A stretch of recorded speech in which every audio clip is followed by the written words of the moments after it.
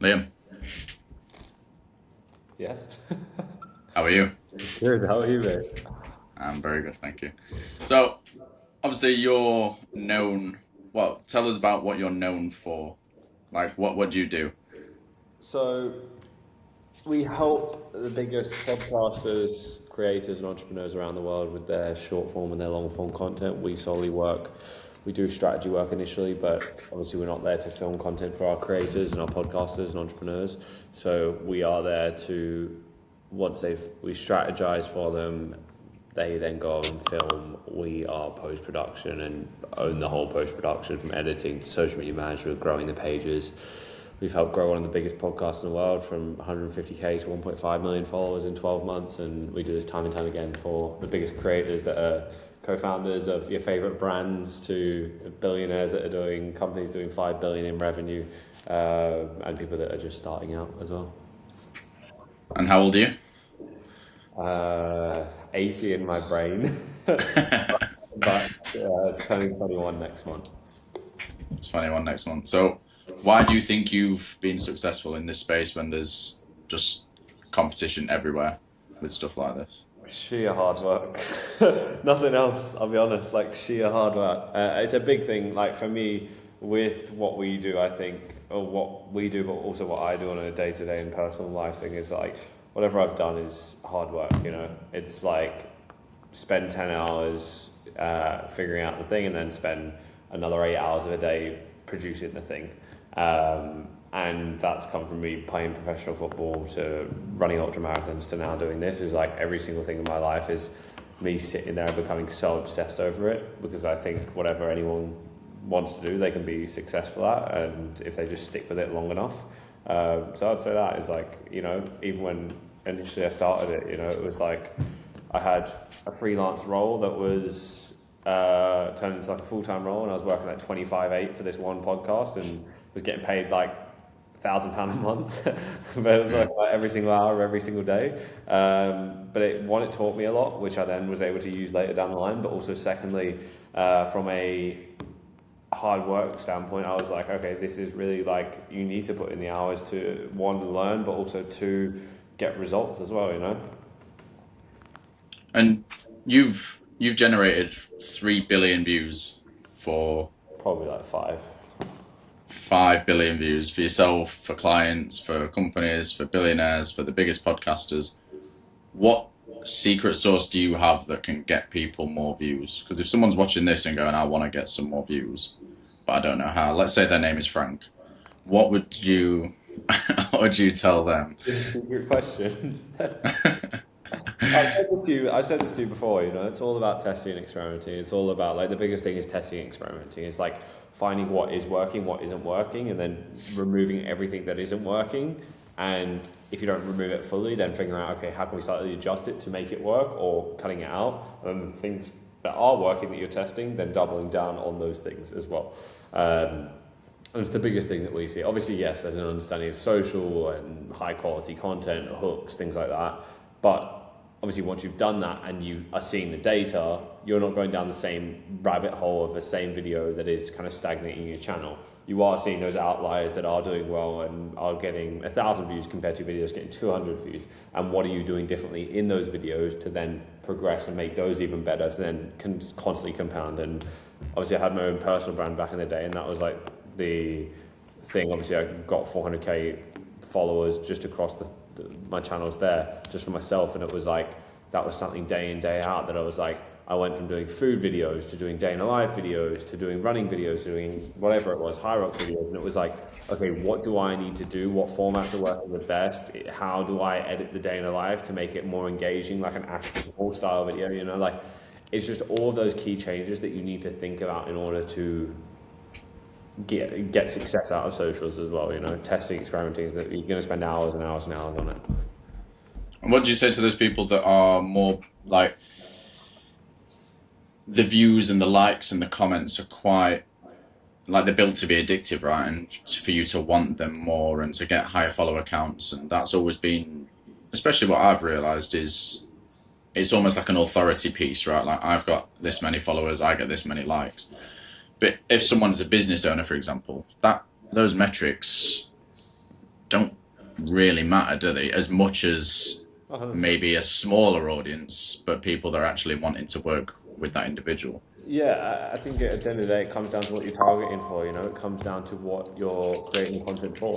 So, for example, podcasts we work with, like this channel, for example, if this has 100,000 downloads, and you're not directly converting to your own product or whatever, but you have sponsors within this, the sponsors are looking at the numbers. But if you're your own business owner and you're getting 10,000 views compared to 100,000 views, but those 10,000 views are getting way more qualified leads than the 100,000 views just because you're making super top of funnel content that is going super viral compared to this being like middle to bottom of funnel to convert, then obviously you're going to want to go for 10,000 views. So it's really like dependent on, okay, what is your goal for why you're creating content? Like for me, I don't create content anymore because A, I don't want to be the face of content. B, does the content directly impact my business? Yes, it could do, which again comes down to the fact that like, okay, cool, I could create content. It would be like middle to bottom of funnel. It wouldn't be creating viral videos. It would be middle to bottom funnel just to convert, to show our knowledge within the industry. But my goal is to not create content. So why am I going to go do that in the first place? And I think if people get lost in this trap of like, oh, I need to create content for my business, they go create content and it's like they've lost the whole reason of why they're creating content in the first place. You know? So I think What's this funnel you keep saying? Top, middle, bottom. What does that mean for someone who has absolutely no idea? So top of funnel is basically where you create super viral content. So you're going and creating, let's say, dancing videos or whatever, you know, like prank videos, like obviously not directly that, but you're making like videos that are scripted to just go viral. And they aren't directly a conversion piece or a video talking about your product, about your brand, about your offer, your service, whatever. You're bringing views to your page and your overall like brand awareness to bring followers, to bring views. Then you have middle and bottom of funnel. So middle of funnel is like, okay, some sort of piece of content that has a good hook, brings attention, but then the rest of the piece is like, okay, Frank spitting value, talking about sales, etc. So, for example, I'll give you an example of that. That's like you reacting to someone doing sales. It's like middle of funnel. You're going to see Educational. Yeah, you're going to see obviously a reaction there, but then on the back end, you're then giving your advice and your expertise to then funnel them. And also on these pieces of content, there's obviously like direct CTAs as well. So like top of funnel, you don't really do a CTA. It's just more brand awareness. Middle of funnel, you probably do like a CTA of like, oh, I reacted to this video, I've done an explanation, and now in the end, you're like, oh, if you want to see more of like this or you want to learn more, just click the link in my bio. Then bottom of funnel is like a direct like awareness piece, a direct brand piece where it's like talking exactly about the content, and the content which you're making would be exactly about what you do, how you do it, what you offer, CTAs, pushing them straight to your pieces, that kind of content, which a lot of brands do, and it's just bottom of funnel, bottom of funnel, bottom of funnel, bottom of funnel. Obviously, a lot of it is changing now, and a lot of brands are understanding that of like top of funnel UGC content as well, of not even putting it on their own content and pages, brands. Like Poppy is a great example for that. So Poppy is obviously a drinks brand in the US, which they own. They spend less than 5% of their marketing budget on paid ads. The rest of it is solely on UGC content creators that they spend, and this is a $300 million company, you know, and they're spending the rest of it just putting product placements of people, cooking creators, entrepreneurs, athletes, just getting it in front of the viewer, not even getting them to be like, oh, this is Poppy, etc. Just getting it in their content so people see awareness, you know.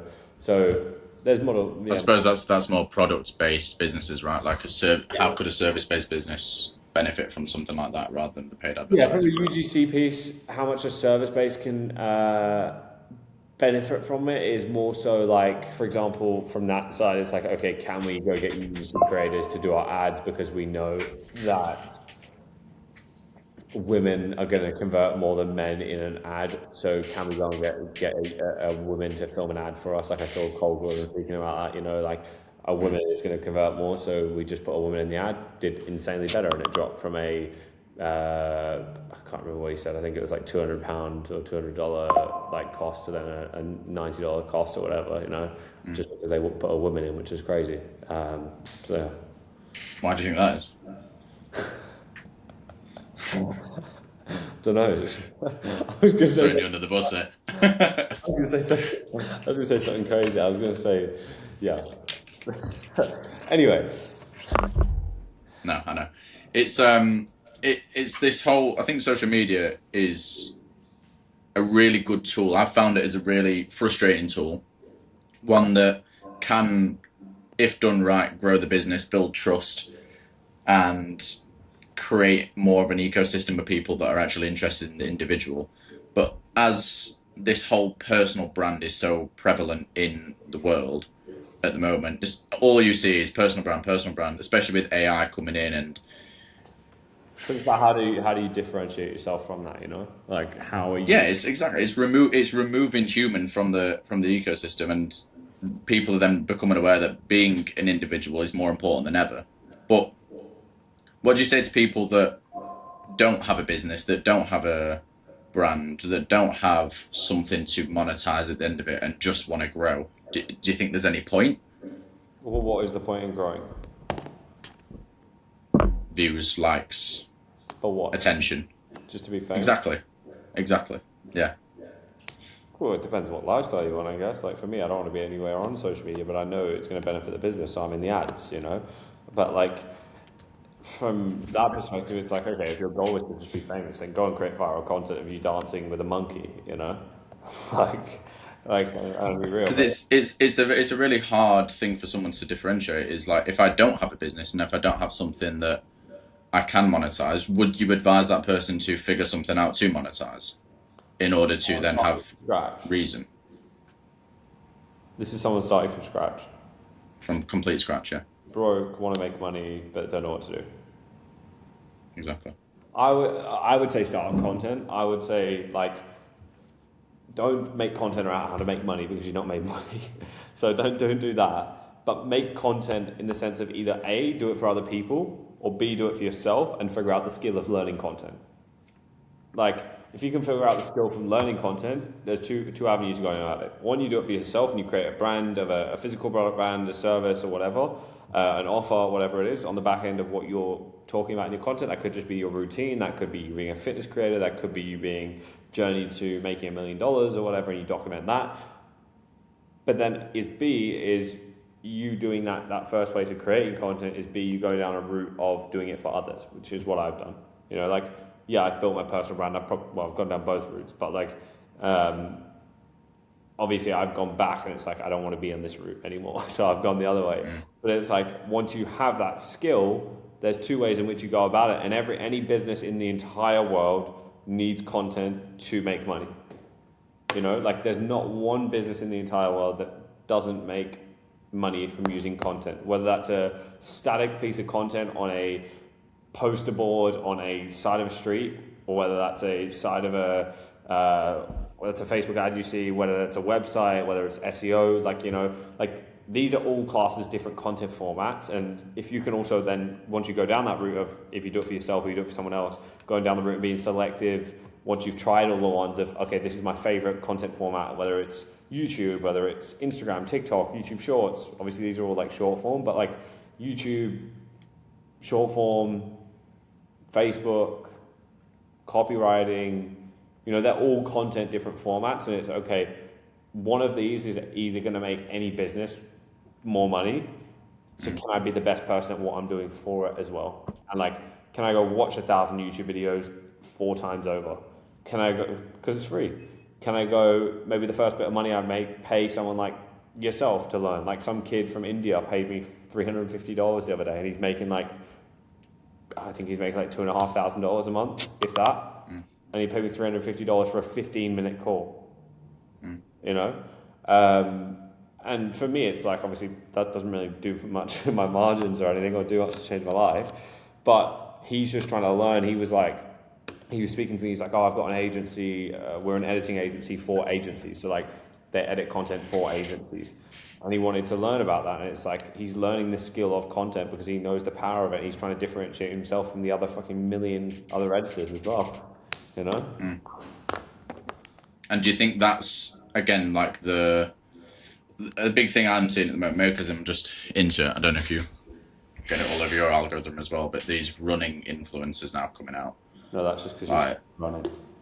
I don't even like running that much. I just do it. In a bubble. But it's huge. Like every day, there's someone new going famous with um, Pure Sport or like the High Smiles or the Strava. Do you know the partnerships in the London Marathon? It's like blowing up, it's blowing up, it's blowing up. You'd be But surprised. the only reason they monetize it is through brand deals. Is that right? Content creators. Yeah. Well, they either release their own product, so you've probably seen like that like finance guy, the finance bro that has like what's his name, Miles or something in London. He's like the finance guy, and he's obviously released the signature, so he started his own brand off the back of it. So he's created content, and now he's built his own brand off of that branch. Obviously, he's not gone the way of doing it for others, but you still do it for others, even if you build your own content. You're still doing it for brands when you're doing partnerships. So that kind of almost split road. You still are able to cross up here to the other side of doing it for others. And partnerships are the way, partnerships are the way, whether it's a podcast or a creator, the way they make money, 100%. Like, you look at that Miles guy, or let's call it Logan Paul or Drake, whoever it is, like when they partner with a brand. So Drake obviously just did the commercial with like Kevin Durant and whatever, the Nike commercial. Obviously he's getting paid millions just to be in a 30-second commercial, and that's how anyone makes money in advertising. Is you get someone who has attention, a brand who wants attention, they pay for attention, they get attention, and that's kind of obviously where it works. And I think even from a podcasting perspective, like there's creators with hundreds of thousands, like 100,000 subscribers that are charging $18,000 for just one episode, and the episode is getting like less than 50,000 views on YouTube, and it's like there's so much money to be made. Like the creator economy is literally one of the biggest economies now, and it's only going to get bigger. And all the advice says make content for like value pack, right? Value, value, value. Yeah, yeah. Well, I think that's anything in life though. It's just value, value, value. Yeah. But when someone, let's take the running example. When someone's starting out and going, right, I'm gonna be a running influencer now. What value can they provide to the small audience that they have, and then do it consistently? It's like post 5 times a day, always provide value. Document, I think the easiest part is like documenting your journey. Like, yes, you may not be providing value all the time, but if you can think about your struggles and how they maybe can help someone else as well, this is inevitably why people are watching content. Most of the time, it's not always for entertainment. And if it is for entertainment, they're trying to solve a struggle that they're bored. They are trying to fix one problem, whether it's they're looking for a solution of how to make money, they're looking for a solution of how to fix their makeup from a makeup creator. Like, they're always looking for a solution. So if you can think, okay, well, my solution of me documenting my life is actually just for me to get better, but how can I also document it for the kid next door that's actually just trying to get better as well, and show him that I'm actually trying, and people could take away from that. That's all I did, Like, my whole thing was road to professional footballer, and I documented my life to that. And I did healthy food off of that because I knew that would benefit also footballers, but athletes. So I was able to catch a wider audience. So my food videos did hand in hand. My day in a life videos did well, but my football videos didn't do too well. The day in a life of me doing football and creating the food did insanely well. And then I did food videos of like high protein meal for athletes. And then I went even sub niche of high protein meal for footballers. And then people in my comments, bro, they were like, this isn't a meal for footballers, this is a meal for everyone. And I was like, yeah, but I'm a fucking footballer trying to help other footballers. So it's a meal for footballers. Like, I'm not a chef, but I'm trying to help those in which, obviously, for me, it wasn't necessarily always about helping. It was also about generating views to get money, because I was a kid and I wanted money for brand deals, so to get attention. But I also understood the power of like, the leverage of 2 audiences there, because I could capture 2 markets as well with healthy food, with football, and helping both sides as well. And even if I targeted it to football, it did hit that broader audience that were interested in high protein, healthy meals. Would always get like the girl fitness and like food creators commenting on my videos, because they're like, it's a very heavy feminine led like industry, is the cooking kind of healthy food industry as well. So I then also knew football women. Like I captured both. So yeah, it's just about like thinking in ways in which even if you think you can't provide value, you definitely can, because everyone has their own life experiences, Even with something brand new in their life, you're saying take the value from a point of view as you're not alone. Like, come with me on this journey, rather than here's what I know, I'm the expert, I'm the best, here's how you should do it. 100%. You know, like they're still figuring it out, and it's like with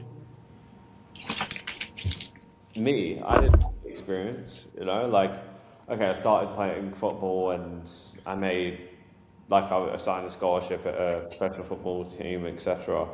And then I made my pro debut. But like before I started, I was like the overweight kid, and I was the overweight kid, and then I started creating content. Like it's back in the day when it was still photos. My journey was like, it went from still photos on Instagram, and I used to document like taking photos, the still like the slides of carousels, and it would just be a photo of like my really nicely decorated food back in the day, and that was me losing weight because I was fat and I was doing it for football and also just to lose weight. But then on that side, I would always get like whilst I was in school, I'd get people like saying, "Why are you eating like a rabbit? Why are you doing this? Why are you doing that?" You know, and it's like at that time I didn't know. Oh, that vulnerability probably actually would have put me very viral as well if I spoke about those things. And I mean, you know, you can't expect me to, but if I did speak about that, you know, it's beneficial for those of like probably a lot of like women that are trying to do that are younger as well, that are trying to lose weight and getting bullied, or same with men that are that are fat, or kids that are overweight and fat. Like obviously they're trying to lose weight, but they're still getting bullied in school, and it's like, okay, well, what do I do? You know, and it's like if I actually spoke about that, it would have helped those people. I think people think, oh, they're in a negative situation in life, and they can't do anything to help others. No, you know, like there was a content creator I saw back in the day, like 2 years ago, and he was like doing Get Ready With Me. It was like an overweight guy, but he was doing Get Ready With Me.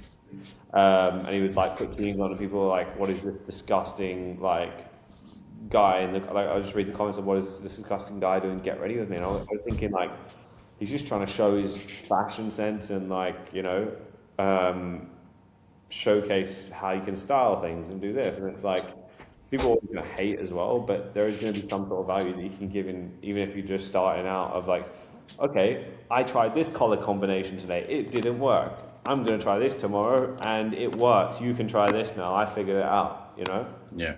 Like people buy into a story rather than like, I just figured this out. I've never done it before, you know? Yeah, 100%.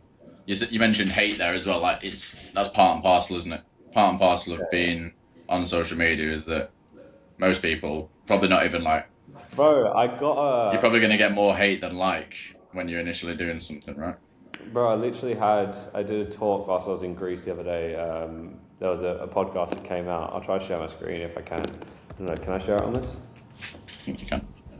Let me show you. Like, I don't know if it's...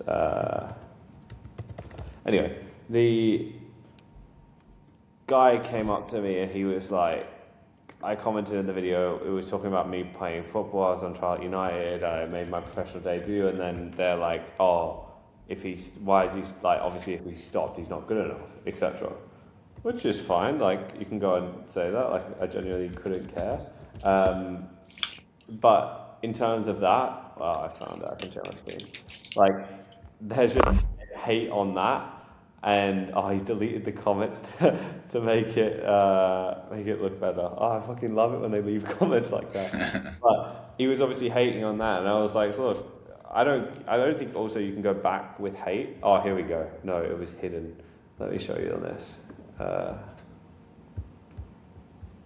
Where is mate? Oh, here we go. I lost it. Lost us. Well, if you look at this, like down here, you know, all this guy did was go on trial. This clearly wasn't good enough to make it for the big born would I? There's no information. Oh, what did I reply? I was like, gotta love it when haters make you, when you make your pro debut, you know, and it's just always like so many people just, like there's people that back it up and etc. But like, you know, there's always going to be people that That's crazy, isn't it? And it's just like, it's part of life, you know, if you do things right, whatever, you know, like you're in this nice mansion or whatever in Greece, you know, like people are going to think, oh, daddy's money, whatever, you know, like when I've been loaning money to daddy, so there's definitely no daddy's money. So yeah, it's part and parcel of whatever you do and being good at what you do as well. I think it's a positive. I've always seen it as a positive. If I'm getting hate, if I'm getting negative, like some of the stuff I've been commented and messaged, and you you sit there and it can initially sort of weigh in your mind a little bit and go, have they got, not have they got a point, but okay, should I consider that perspective, or should I think about things for that type of viewer? And then the more it happens, the more you see it, the more you get it, the more you realize, like, this is a positive thing. If I'm splitting a camp, if I'm creating the reason they're commenting is because they felt something, they didn't like something they saw, they hated, or they whatever. If you look at the most successful people in the world, they're all the most controversial and will get all the most hate comments, you know, because they garner all... 90% is hate. 95% is hate. Yeah, which is like Donald Trump, Andrew Tate, Logan Paul, Conor McGregor. Ronaldo is probably the odd one. He probably gets hate from like Barcelona fans, you know, but that's different. It's sporting, you know, they still get hate, but like that's where it's like, if you want to be successful, then you're gonna have to just deal with that, you know, like it's part of it. I think when you start getting hate, I think it's a positive sign that you're doing something right.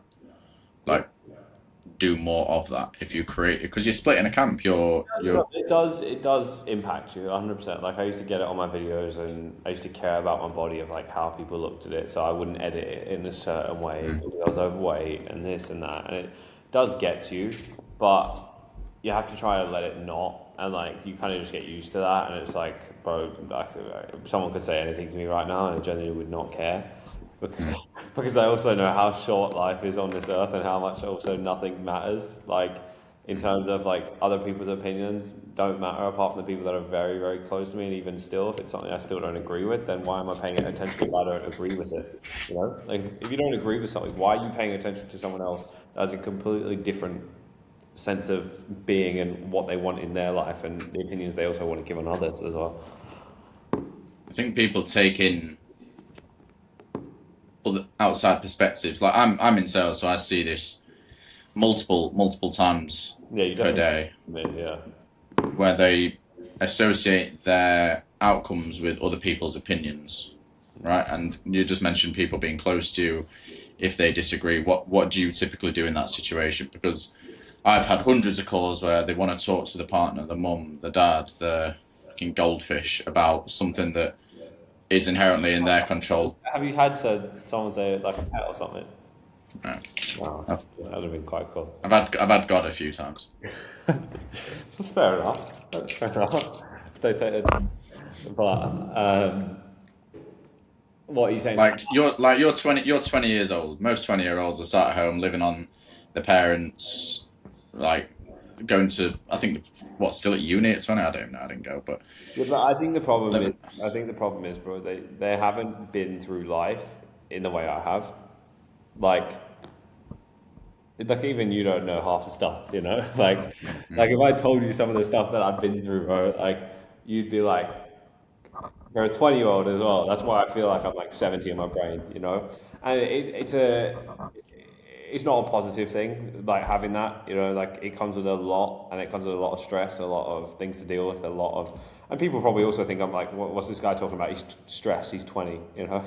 Like you're also going to get that hate, but it does come with a lot of that, and I think that's where these decisions of speaking in confidence about what I can is because I've had that, you know. Like last month I had to fly my friend home on a private jet, you know, private air ambulance, which cost me, you know, X amount of 30,000, 35,000 pounds just to get her home because of the fact that she was about to be paralyzed, you know. And it's like people don't even deal with that in their lifetime, and those decisions, and they were like, that's not even a bad one. Like, you know. So I think the more hard things you go through, and the more hardships you go through in your life, the more you start to realize, one, how precious your own life is and how much your own opinion really matters to yourself and what you care about, what you want out of your own life. And then second to that, also down to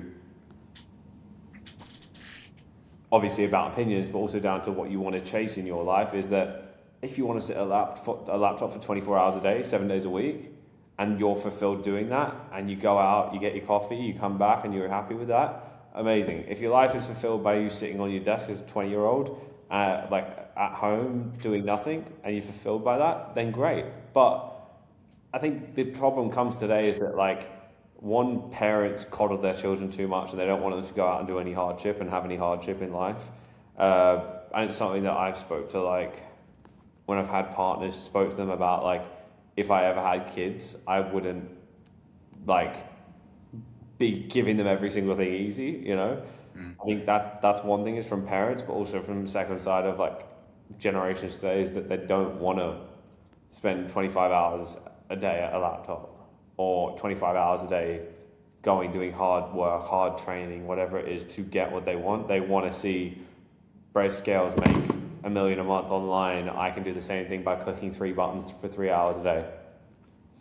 You know? Yeah. Because me and you both not easy.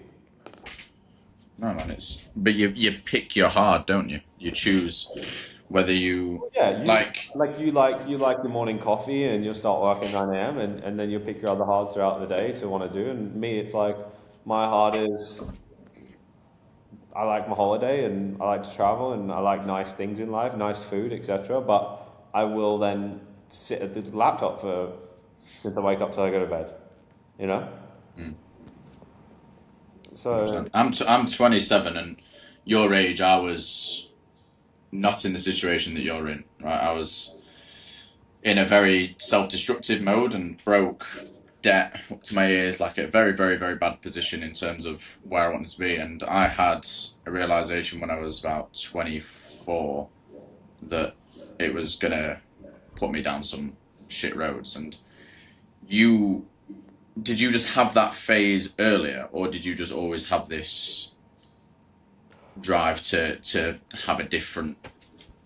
I've been writing a lot about this. Like I've been writing a lot over the past few days, especially, and that one has helped me like put clarity to a lot of the stuff I'm doing. But two, I think it's a side of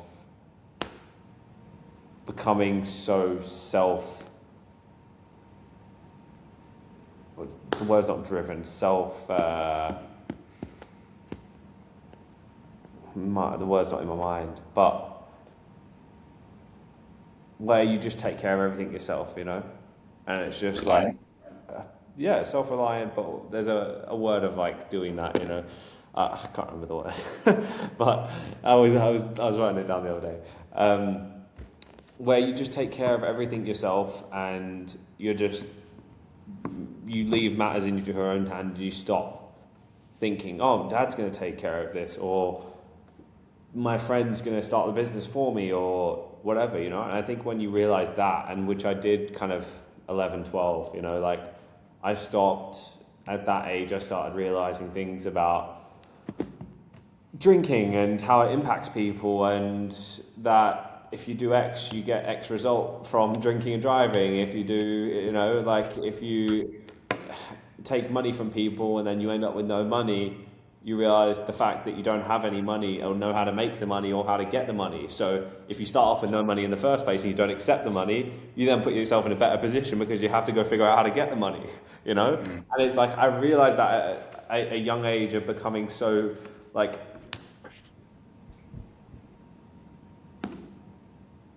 self-enabling to do these things.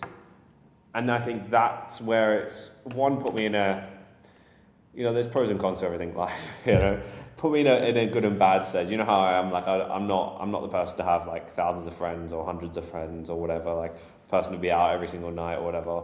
So from that perspective, one, it's probably a positive, but two, like you kind of just also isolate yourself in a way, but B, you then realize that like anything you want in your life can become to reality if you do the work. And it's not saying like you do the work, you don't hire anyone, like by far means, like obviously hire people and things, but for the means of like, if you want to achieve something in your life, then you need to be the one that makes that happen and not reliant on other people, you know? So what's it all Self-autonomous. That is the word I was looking for. Self-autonomous. Okay, I like it. Self-autonomous. So for you, what's it all for? Because you, like, we've both seen this, and I think anyone that's had any level of success has seen this. There's sacrifice to everything. There's opportunity cost with everything, right? I don't call mine success. Like I don't like the word success. I don't think I'm successful. What do you define as success then? Have you reached it yet? Are you hunting for that? Is that No, what you're driving? I don't think success is money.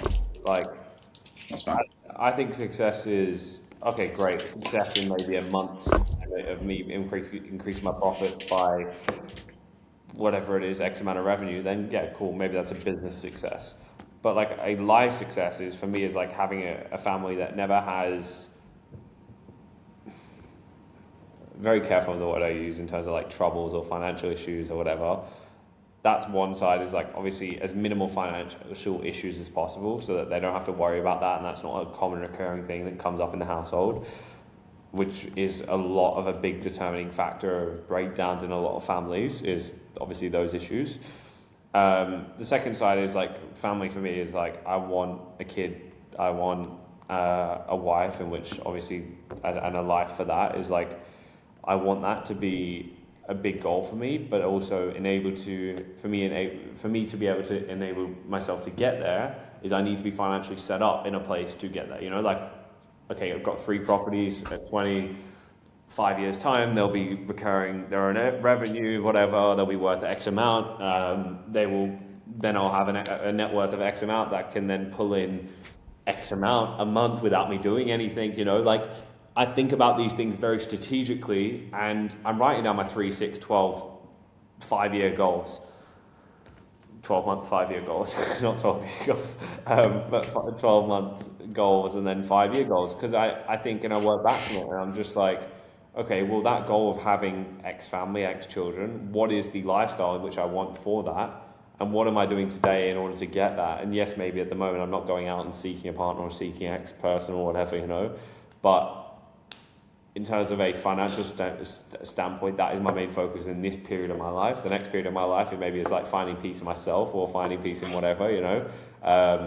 But I think you also go through periods of your life where you start to realize certain things and how important certain things are to you. And maybe that for you recently was obviously like having a kid and that having that life, and also how much it probably drives you to then want to achieve more and work harder as well. I don't know, but I can't speak for you. But yeah, I don't know. What is it for you?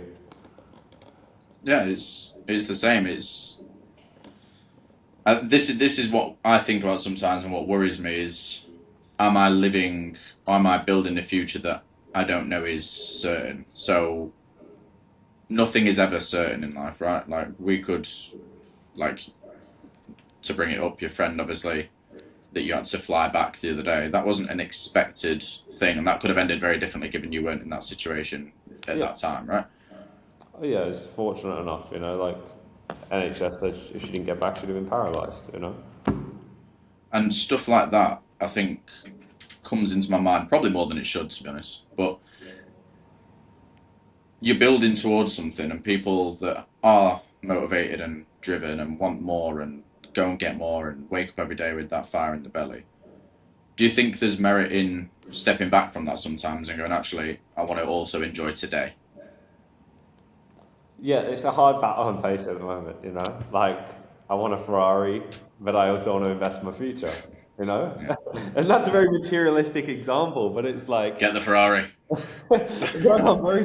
know, like I want a Ferrari, but I've invested quite a lot over the past year. Like a lot of my earnings and business earnings and what we've been doing is like generated towards that goal, because I've been working so hard to even have, I used to watch real estate Graham Stephan videos since I was the age of 12, and I'd watch him invest in S&P 500. I'd watch him go out to the real estate properties. Like I would be obsessed with that from the age of 11, 12. I'd be on my laptop for like 5 hours straight watching YouTube videos about that. So then I got the opportunity to do that, and I'm doing it now. And then I'm doing it, and I'm like, well, you are 20, like you need to fucking live a bit. It's like, okay, well, get the nice car, but at what cost does that also come to of like that future, you know?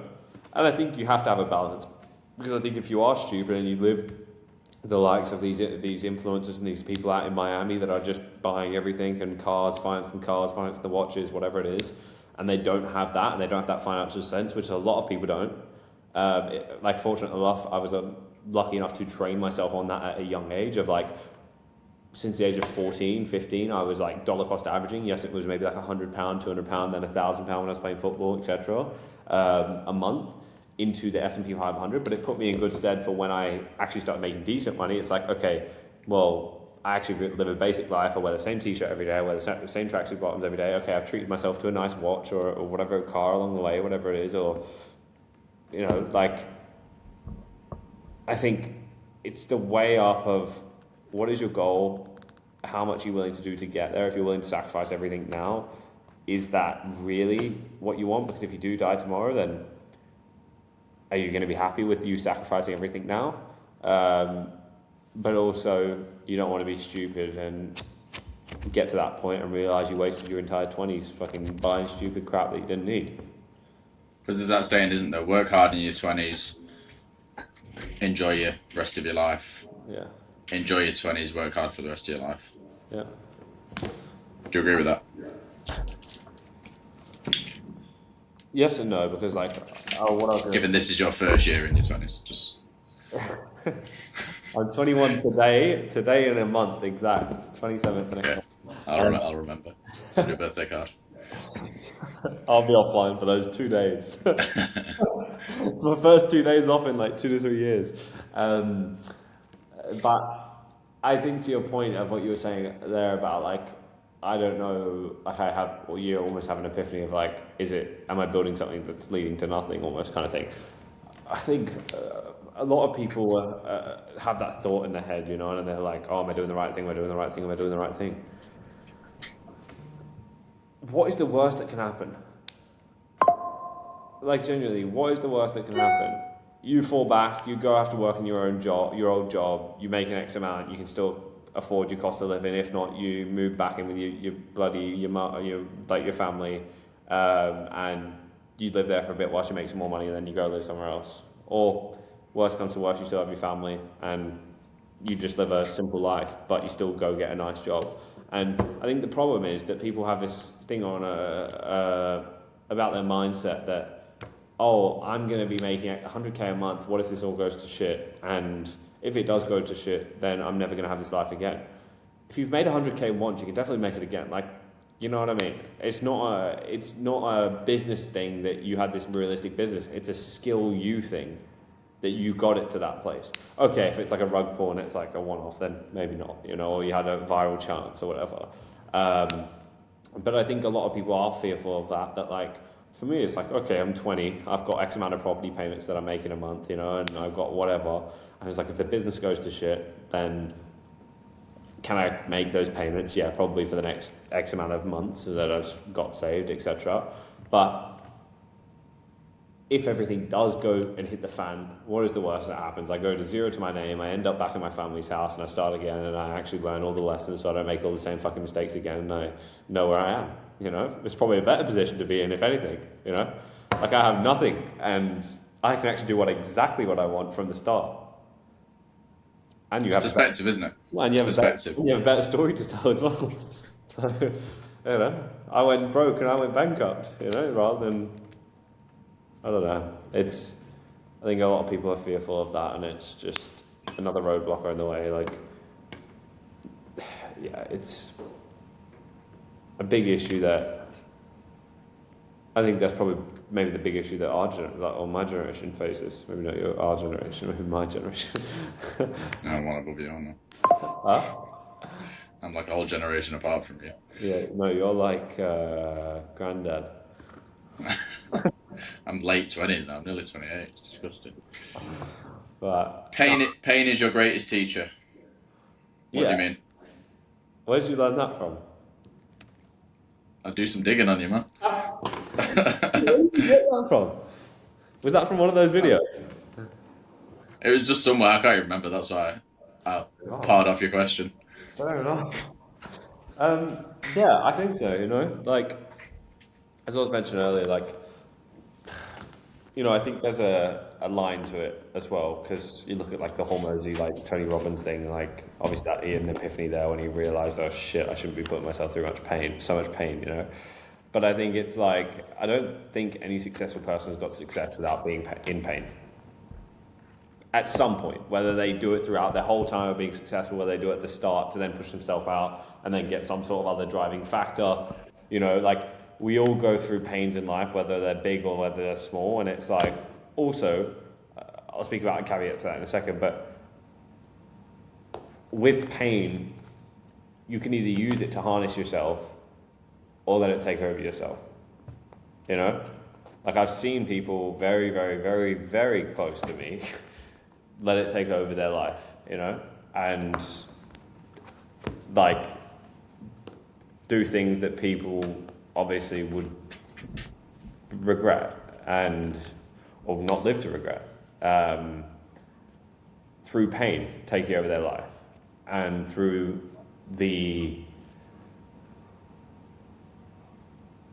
fear of, oh, what if I don't get this? Oh, where am I at my life? Oh, I'm lost. Oh, I haven't achieved X by X age. Oh, I haven't done this, you know? And that's where then the pain and the fear comes in, and you can either consume you or drive you. And I think it's been one of the biggest things for me, like all of the hard things that I've gone through, even at 20, I've always used it to drive me, and to a benefit and a negative, as everything. From like negatives being like just isolating myself and just focusing on work and getting on with it. But the second side is like, it's got me to where I am. And I also now recognize that, like those triggers of what happens. And I think you need to start recognizing that once you're like, not always in it, because you never really recognize it once you're in it, but once you come out the other side of it. And I think the caveat to that is that like, I don't know, I had a caveat, but I forgot. I'm not gonna lie. Every single time I've been in a painful situation, that you're given, you almost see it. It's almost tangible. You almost see a choice of how to deal with it, right? And there have been many times where I've had something painful happen. I've chosen what I believe to be the route I deserve to take, which is one, to feel the pain and whatever grief or however pain manifests itself with that particular scenario. And you walk down that path and you realize that there's just more of it. You get used to it. Yeah, you get whatever. It comes in smaller waves, but it's just more of the same, right? And more stuff reminds you of it. You get you start to define yourself by it. I am the person that this happened to. I am the person that has had this, right? And every time I've felt pain and I've chosen the other route, which is just through having more pain and more opportunity to try other things, it's 100% success rate given me a better future. It is always, always, always given me an opportunity to try something new or try something different or give myself a chance to do this, or giving myself some free time to allow this thing in, or giving myself less responsibility to go and travel. Do you know what I mean? It's always, yes, it's taken something, but it's also given me another opportunity to do something which I've then looked back on and go, fuck, my life would not be anywhere near what it is today if that bad thing didn't happen. Yeah, and I think from a victim mentality point of view, I think it's spot on. You know, like I think people that have this victim mentality, let it take over them from this victim mentality mindset. And it's shameful because they get put in the same positions and they have the same position over and over. And I think, like, if you think about it, I'll be honest, like, if you put there's a saying of, like, if you put all your problems into a bucket with everyone else's problems, are you going to pick out yours? Are you going to try to pick out yours or pick out someone else's? No, you're most likely going to keep yours and not put it in the first place, you know? Mm-hmm. Exactly. So, yeah, I mean, as much as I've been through things, it's like, it's also made me to who I am, and I think people also forget that.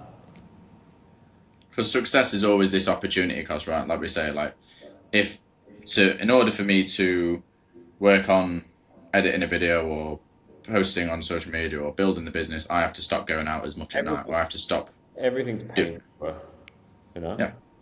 Everything's painful. To get fit's painful. To edit a video that you don't know how to edit is painful, until it becomes easy, you know? And until you either get used to the pain and it becomes easy, or you get used to the pain and it becomes numb, which isn't a great place to be, but like it becomes easier of getting better at a skill, getting better because you're getting better in the gym, or eating, you're getting used to actually eating healthy foods and it tastes nice now. Or, you know, like everything is painful at the start and it just becomes easier the more you be able to deal with these things. And I think that's where I say, like, I've gone through a lot, but it's like I've dealt with so much that now it's not a lot, you know? Like I genuinely guarantee the most hardest things that people go through is like, if I face them now, it's just like, okay, well, how do we solve this? You know, like, how do we do that? There's time for, yeah, emotion and etc. But it's like, how, like, what is the path forward? Because like, you can't live in the pain, you know? Do you allow yourself to feel it anymore? No, not as much as I used to, which is a detriment, you know? Like, as I was saying, there's pros and cons, which is like, I would say it's a con, you know? Why? Which is, huh? Why? Because I've just become so used to it. I wouldn't say it's not me allowing myself not to feel that. I would say it's become numb, you know? Yeah. Like, I wouldn't say it was, yeah, I would say it's habitual. Yeah, I would say it's me being used to that now, of like going through that, and it's like, okay, well, a bad scenario comes, it's like, oh, I'm prepped for that. Do you think it's because I'm taking so much more interest in stuff like this now because of obviously I've got a kid on the way, I've got another human to. Am I allowed to release? Eh? Have you already released that? Was I allowed to say that? Yeah, but it's already out there. I've got and I'm now faced with this little ball of Play-Doh that I get to mold and create. Maybe not actually physically mold it, but do you know what I mean? Like I have to take things that I've learned and I'm still learning and try and figure out a way to put that to someone as an appropriate way to deal with something. But I think, but I think the thing is, you're conscious of that. I don't think a lot of people are conscious of that. Like, I don't think a lot of people are even conscious of how they would like do that, or how they would think about that. Like, they don't even doesn't even enter their consciousness of how they do, like, of that's even a thing that they have to do. It's like, oh no, this is just a thing that walks around, and like, I need to just make sure it's fed. Because I was raised with projections of my parents' pain and beliefs and limiting beliefs, right? Which I think I'm going to say our generation, because we are in the same generation, but especially our generation. Gen Z, you're boomer, no? Fuck off, boomer. I'm boomer. I don't know what I am, so millennial. Gen Z. I think I'm Gen Z. What year are you? You're millennial, I think. 98. We'll have to find. I think you're millennial. We'll have to find the thing. I think I'm on the year that separates between millennial and Gen Z. I think I'm right in the middle. Oh, you are actually. There you go. Same generation. I'm literally the middle month as well, so that's fair. But our previous generation was, especially the blokes, fathers, are very much like put up and shut up, deal with it. Don't show emotion. Don't, just put up and shut up. And but I think I don't know. For that. I don't know if that's always right. You know. I don't know. I think there's time and place for it. Like, because I guarantee you right now, if I didn't have that, I wouldn't be where I was. No.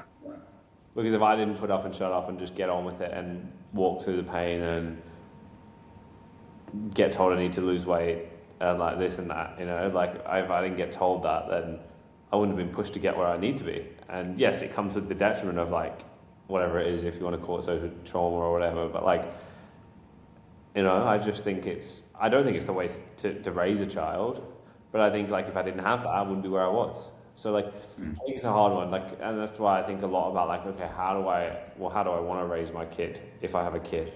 If, hopefully. When? Huh? When? Yeah. Let's see. But I think it's from that perspective, it's like, okay, well, if I raise them and I give them everything, like if I'm giving them everything, They won't be grateful for things. They won't have a resilience to push back when things get hard. They won't have these kind of things in their life.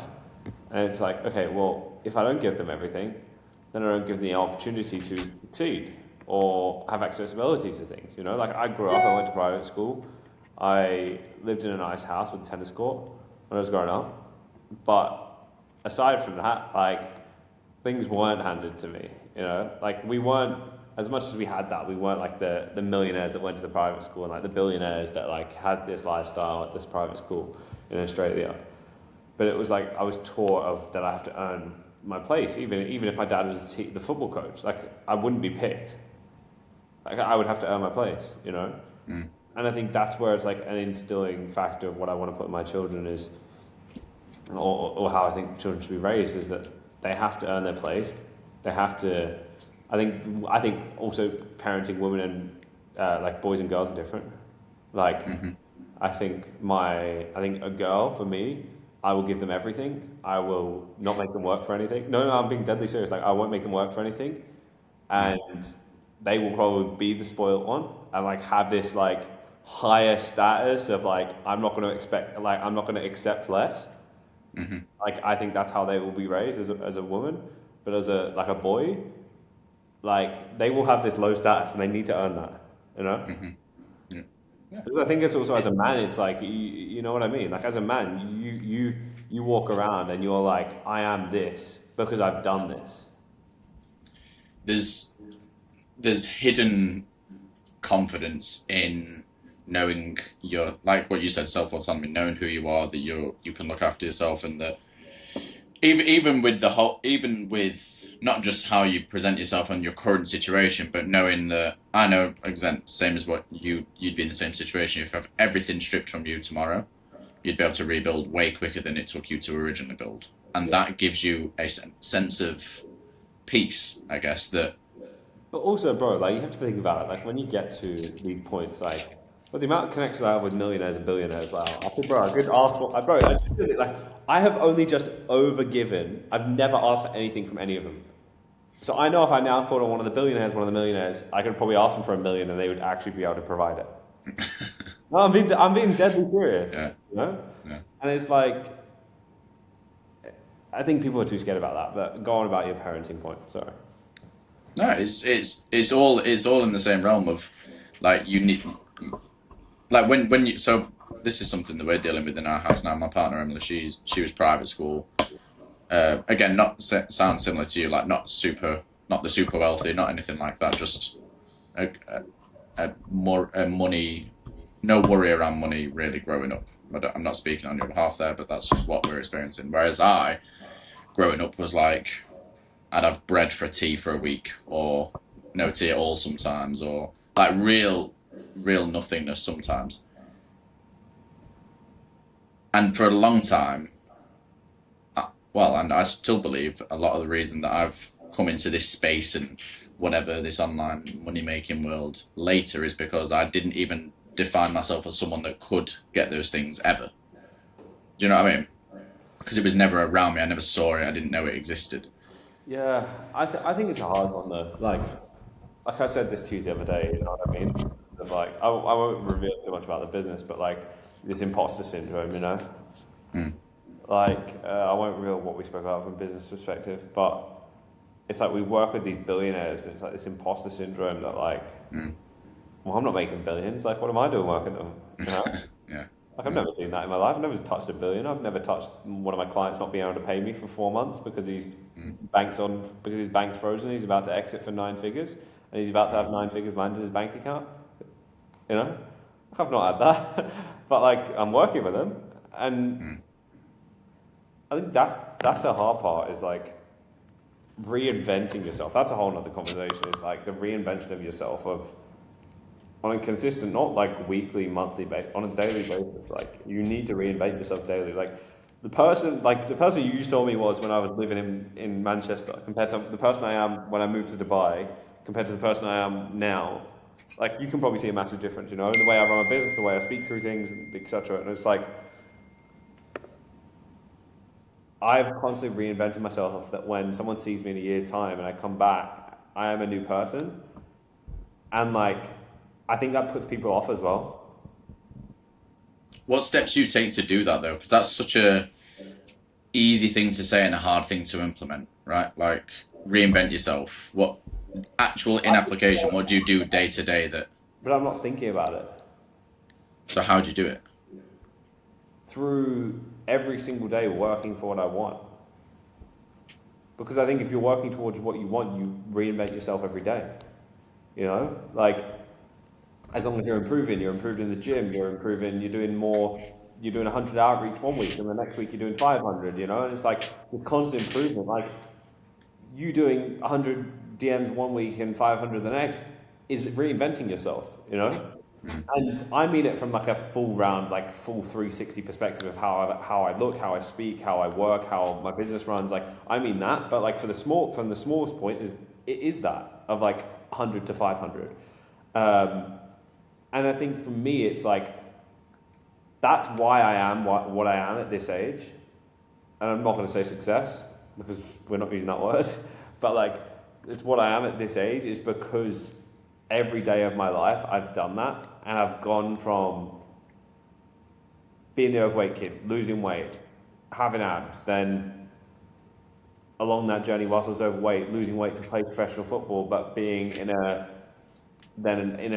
scholarship environment with a professional championship team to then getting dropped to a non-league team and having to reinvent yourself to then go make a professional debut. And it's like this constant battle to prove yourself, which is why I was saying like the way I'll raise my kids is like they need to prove themselves as a man, but also the other side of that is like the constant need to change to get better, to improve, to get where I want to be. And that then is like, okay, I finished football, I went and ran an ultra marathon, became the youngest person in the UK to run 100 kilometers. Like, then I went and did a higher rocks, then I went and built a business and focused on that. And it's like constant change to seek the goals in which I wanted to do and achieve. And I think that is the reinvention in which I looked for which I've looked back over the past week, which is to a detriment, but like from a success point, if you want to call it that like those changes lead to me where I am today from all of the things I have accomplished. And I would be much further in business today if I focused on the one thing and continually reinvented myself and didn't change from sports and doing all this. And like, because realistically, me and you both know I've only been focused on like business properly for the last like year and a half. Because I've been focused on it for the past 3-4 years, like, you know where I've been. But even in the past year and a half, the reinvention within the past year and a half from going to making like $1,000 a month, which I was taking food from Co-op and stealing food from Co-op outside of the Manchester apartment, you know, because I couldn't afford the Manchester, like I couldn't afford the apartment back, not when I met you, but like before at the start when I started renting there. Like I couldn't afford the apartment. I moved into the apartment knowing I had X amount a month. Obviously I had money saved away, but I couldn't touch that. And it was like, in my head, I was like, shit, like, it couldn't do that. So I had to reinvent myself so quickly. And I think that's like a part that people miss, is they get so stuck in their hometown, they get stuck in the family, the friends they have, the food they eat, the workout they have. I'm used to this, I'm comfortable, I'm doing this. If you want to be comfortable, stay comfortable, but you're not going to change. You're not going to get better. Comfort is the enemy of progress. Yeah. So, are you like Chris Williamson with your quotes? I'm just, I have loads. I like it. But it's true. Like, I grew up in Sheffield, and I love all my friends in Sheffield. There's no animosity, or it's not anything like that. But I chose to leave that environment because every time I was in Sheffield, I became the version of myself that didn't have the things that I have today, or couldn't get access to, because that version of Frank doesn't know this world exists and can't, like, similar to you, I moved to Manchester in a very similar situation. Like, we lived in the same building, both couldn't afford it, right? But I've had cars in the past which I couldn't afford, and people see it as financially irresponsible, and you probably do too, because you're probably more financially responsible than I am. But I'm about to do you, the same thing. oh yeah, No, not that only fucking Mustang that kept everyone up for. that was cheap though. No, that was cheap. That was cheap. That was financially responsible because I knew I could have got knew I could have got a Porsche, and I was financially responsible to only get a 20 grand car. Good lad. But it like I've constantly, without even intentionally doing this as well, put myself in uncomfortable situations in order for my like I have to adapt. I have to make it work. And people that are scared to do that, people who do that and people who don't do that are both scared. Like I was scared, as I imagine you were scared, moving into somewhere that you couldn't really afford. I was scared buying a car that I couldn't This afford. apartment. Eh? I was scared moving into this apartment. Like it, but I've always been scared moving into, which is why I've got studios. I've never had anything more than a studio until I moved into this, and it's a fucking 3 bedroom, massive, nice view, you know. yeah, And it's like even moving into this, and I'm financially like I'm set. You know what I mean? Like I'm good, but it's like I'm still stressed, you know. And it's like you worry, and because you're taking the next step, and it's like, oh, I'm getting a nicer car, I'm getting a nicer house, I'm getting a nicer whatever. Well, I need to invest more into the business. You worry, and it's like, but you have to reinvent yourself, and you have to. I'm going to go back to that. You have to reinvent yourself, and you have to keep taking those risks and those uncomfortable worries, if we want to call them that, to then be comfortable with it. You know. that is the complete litmus test for me. Is if I'm scared to do something, I do it now because it has always benefited me. Even if it hasn't worked, it's always benefit. What are you laughing at? I'm scared to get a Ferrari. I'm gonna do it now. Yeah, Ferrari, bro. I'm telling you. Because then you're someone that owns a Ferrari that has to keep affording a Ferrari, right? Like you have to be the person that can afford a Ferrari, and that if you put yourself in a situation where you have no choice, you just it has to happen now because these are cards I was dealt, or this is the situation I'm in. You find a way. It's like if someone put a gun to your head and said, "Oh, gun to your family's head," and said, "If you don't get me £1 million by 12 p.m. tonight, everyone dies." You probably get creative, right? You probably find a way to get £1 million so that your family lives. Rob a bank. Like, Exactly. It doesn't have to be legal, but it would probably happen. And I think too many people sit, like you said, in this comfort zone where they don't test themselves, they don't see what they're made of because they're so scared of if it doesn't work. But the reason it's not working is because they're not putting themselves in the situation in order for it to. I think you're right on the extreme sides there as well. Like people don't go to the extreme. I think the extreme is great. You know. I had pushed my extreme when I was running 100k, and I'd never run over like 40k, and it was like, you know, I did that with too much training, and it was like I pushed myself to the extreme because I know what I can get out of it. And it's like if you put, for example, you're pushing yourself to the extreme now on that night that you know you have to get 1 million. Let's say you do it legally. You get the money, you go to investors, you find the money, whatever. You go to your friend's friend who knows a friend who knows a friend who knows a friend who has 1 million. Who will give you it, and you need to pay it back over X amount of time. You've gone to the extreme and you've realised, well, shit, I can get 1 million now. Imagine if I go do this again. I go get another 1 million, but this time I have a plan behind it.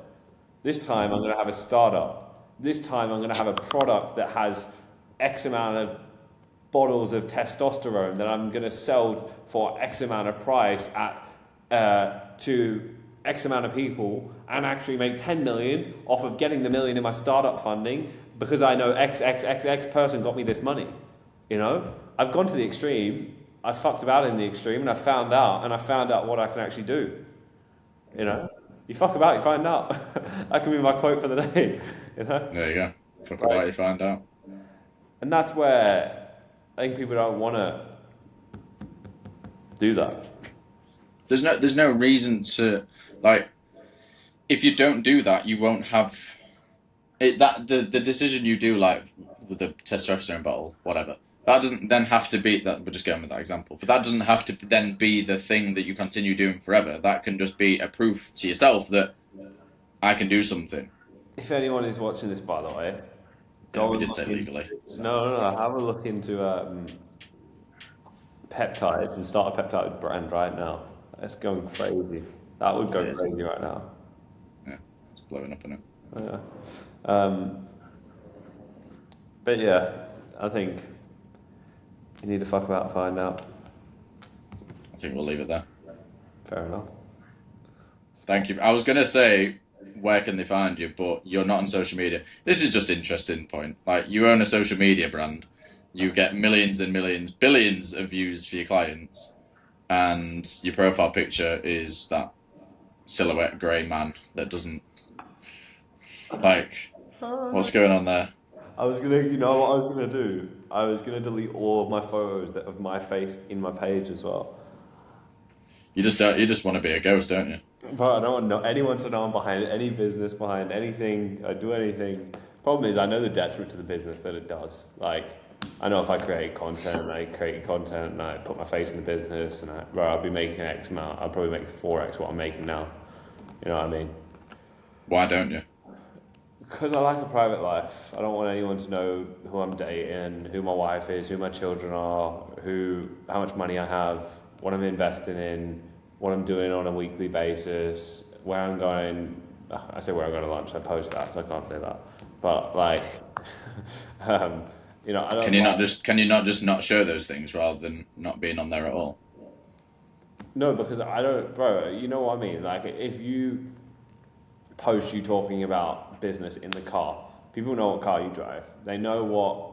Then you just come out of the gym. They know the way in which you speak. They like from my content, you don't know how I sound. You don't like obviously I still have photos on my Instagram, and I do obviously I post materialistic things still on there.